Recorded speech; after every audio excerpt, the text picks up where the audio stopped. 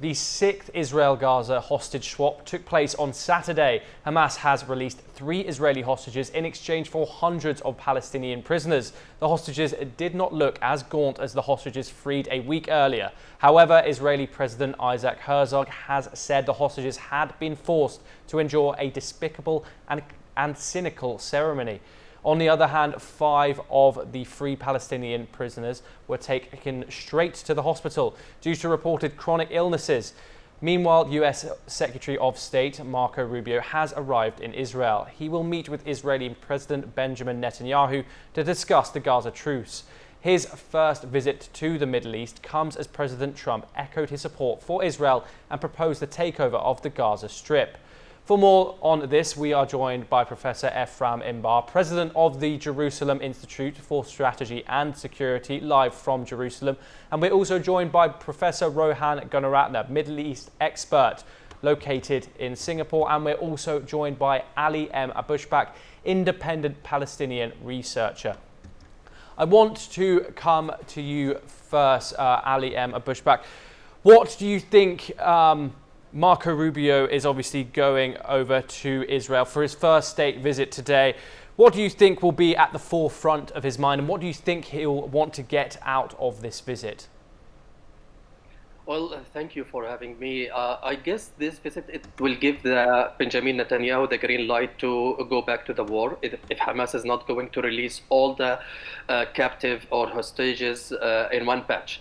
So, and also on the ground that America giving the Israelis more than 1,800 MK-84 bomb as preparing for the war, as preparing to go back to the war. So this, I guess, Palestinian is not optimistic about this kind of visit, and as it will not giving any solution for the war and for the completed or maintaining the ceasefire in Gaza. So, in my opinion, what is going to be happening? We are going through the war again. And this is what the Palestinians are waiting for, what's the time is going to show them. So, as well as since that Israel violated the agreement, the ceasefire agreement between Hamas and Israel, so the threat on the maintaining the ceasefire is still around and surrounding the complete calm in the area. Professor Ephraim Imbar, the ceasefire deal goes on another day, but with this comes President Isaac Herzog's criticism of Hamas's handling of these hostages. It describes them as a despicable and cynical ceremony. Can you describe what he meant by this? Quite clear.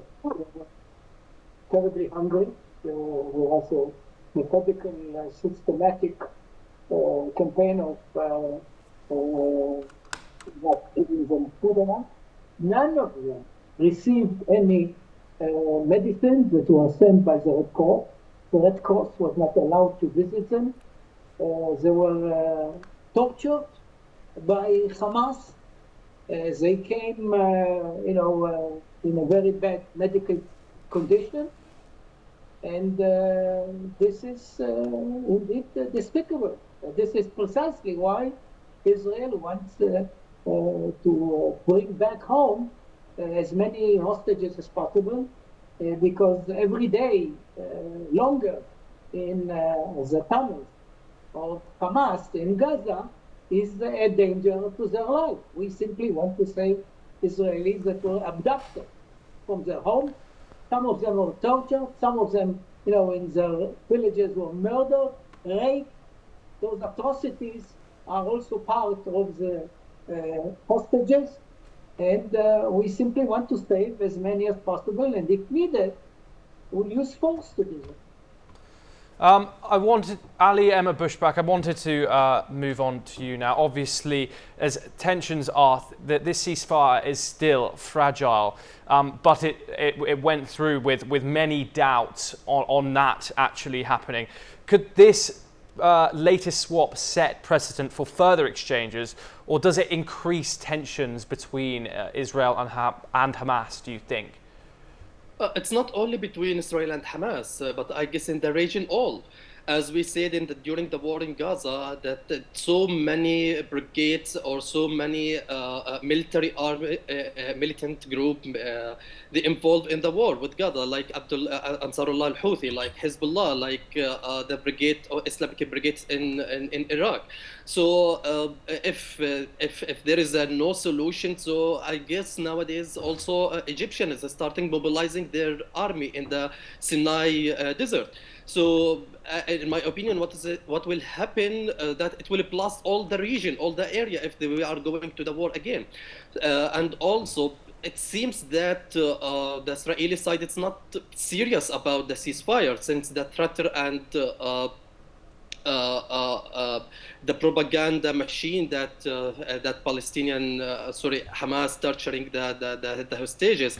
Despite that, there is no any one kind mark of the torturing on the body of the Israelis hostages. So situation is going to blast, and Palestinians are. I told you, are not optimistic about what is happening, especially that Israeli violated that ceasefire. They are not adhere to the agreement ceasefire, like let the mobile home to enter Gaza, and they are not letting the tent to enter Gaza. More than 2,800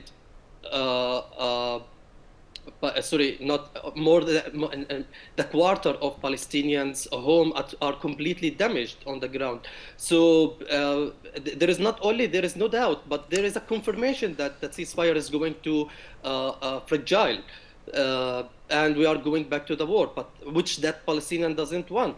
I guess Palestinian avoiding this point, and Hamas, in my opinion, they are seeming that they're serious to find a solution, and going through the complete between Israel and Gaza.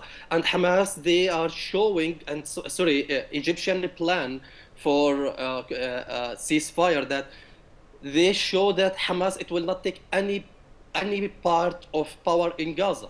I'm very sorry. We have to move on to our next discussion.